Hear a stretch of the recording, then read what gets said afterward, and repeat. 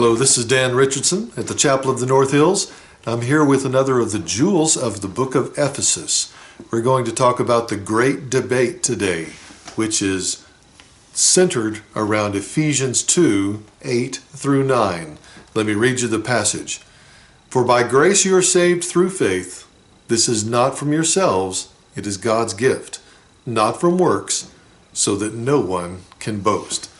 You see, one of the long-standing debates about the Bible is over the nature of our salvation, whether it is by faith or by works.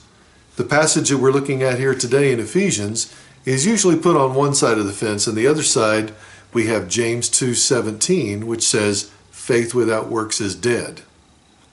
One group says that merely agreeing to some doctrines, as if you're taking a questionnaire and checking yes, that's too easy an answer for talking about eternal destiny. And the other side says, well, if people have to contribute at all to their salvation, they might as well earn their own ticket to heaven. Well, the issue gets complicated for sure. And when you read Paul, as he wrote in Galatians, where he says we're justified by faith, and he quotes Abraham. He quotes a story from Abraham, quoted in Genesis 15. And then we read in James how he also uses Abraham to prove his point, quoting the same verse. We think, how can the people take the same verse and get two different points of view on it? Well, the thing is, they're not different points of view, but they are taken from different points in time. You see, it's perfectly right for them both to look at Abraham because his story is the key to this whole puzzle. See, James said that Abraham's faith was proven to be genuine because he was willing to sacrifice his son. That story is in Genesis 22. But Abraham already had a saving faith back in Genesis 15. That's the verse that they quote. It says that Abraham believed and it was counted to him for righteousness.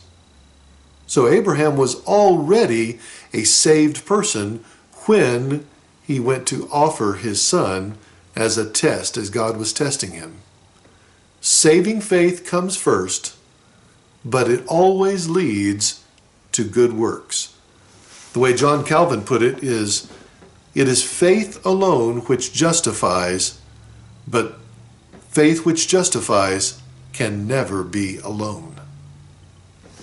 All right, let's check it out here. Verse 8, it is grace that is the agency of our salvation.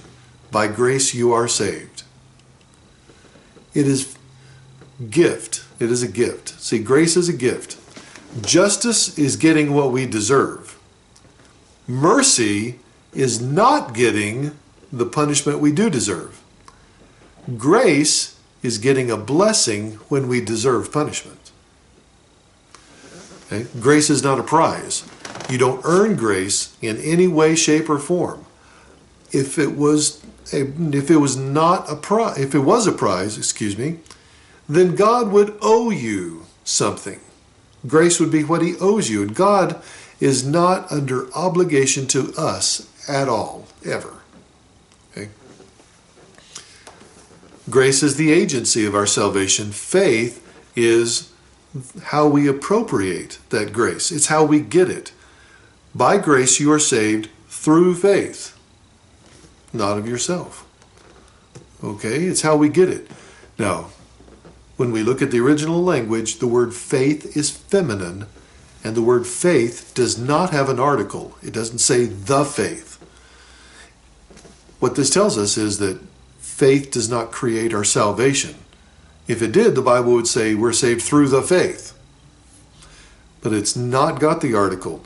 And it is feminine, and then when we hear the phrase, that not of yourselves, that whole phrase, that not of yourselves, doesn't refer to faith because that's in the neuter. So the phrase that not of yourselves means all of salvation. All of salvation is not of yourself, not just the faith. Say faith is part of it. Okay? So, faith is how we get it. Grace is what makes it. It is the agency here. And then, good works. Good works come later.